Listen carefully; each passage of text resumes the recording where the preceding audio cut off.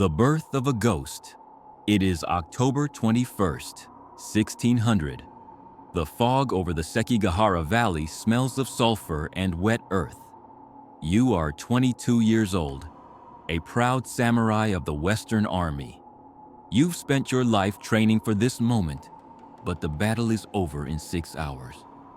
Your lord, the man whose rice you've eaten since you were a boy, is dead. His head is on a pike in Kyoto. You stand among the corpses, your armor heavy with the blood of men who are now luckier than you because they are dead. And you are a Ronin, a wave man. You have no master, no land, and no place in the new world. Your life as a shadow begins now, the walk of shame. You return to your home province, but you don't enter through the main gate. You sneak in like a thief.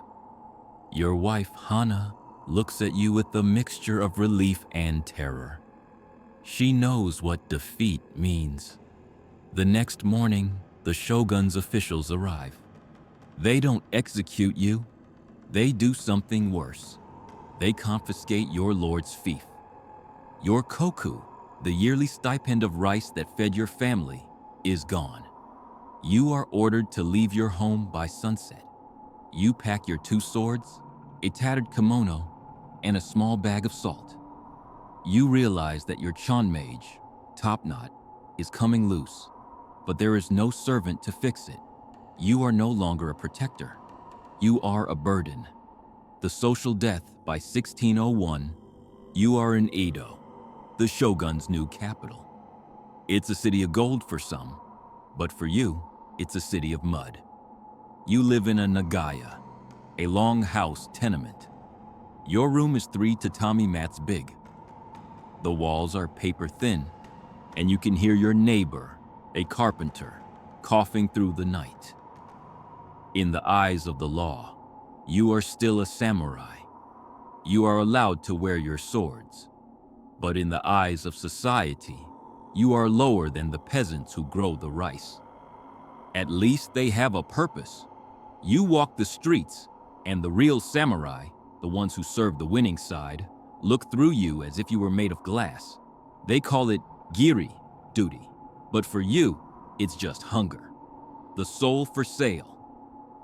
Your son, Jiro, is 5. He asks why you don't wear your silk robes anymore. You tell him they are being cleaned, but the truth is in the pawn shop. First went the silk, then the family heirlooms. Finally, you stand before the merchant, a man you would have been legally allowed to strike down a year ago for a disrespectful look. You lay your katana on the counter, the soul of the samurai. The merchant offers you 3 gold ryo, enough to feed your family for 2 months.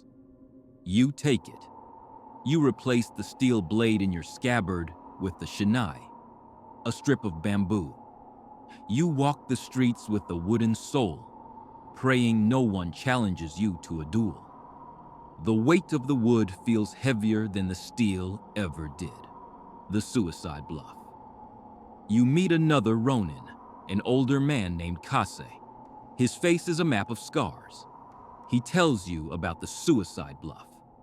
You go to the gate of a wealthy daimyo and demand to commit seppuku in his courtyard to preserve your honor because you cannot find work. You hope the Lord will be so embarrassed by the mess that he'll give you a few coins to go away. It's a gamble. Cassie tells you about a boy who tried it last week. The Lord called his bluff and forced him to gut himself with his own bamboo sword. You look at the gates of the estate and you keep walking. You are not ready to die for a handful of copper. The dirty work hunger breaks even the strongest code. You take a job as a yojimbo, a bodyguard, for a local sake merchant. He is a greedy man who treats you like a dog.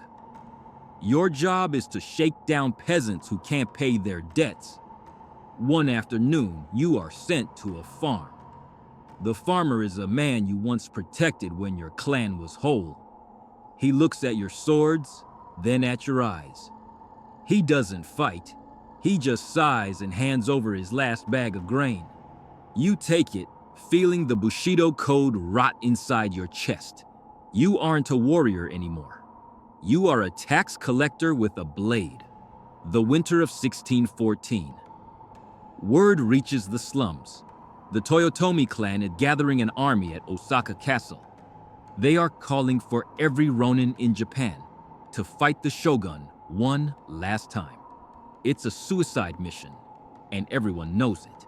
But for you, it's a chance to be a samurai again. You leave Hana and Jiro with the last of your money.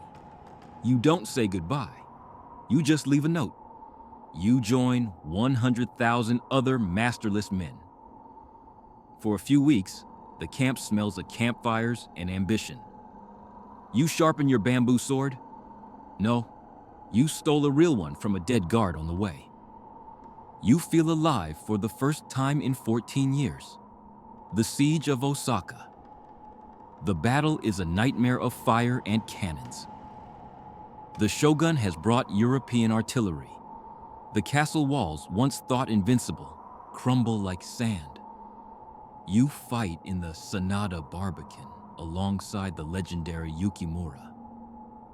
For one glorious hour, you push back the shogun's elite troops. You scream your name, the name of your dead lord.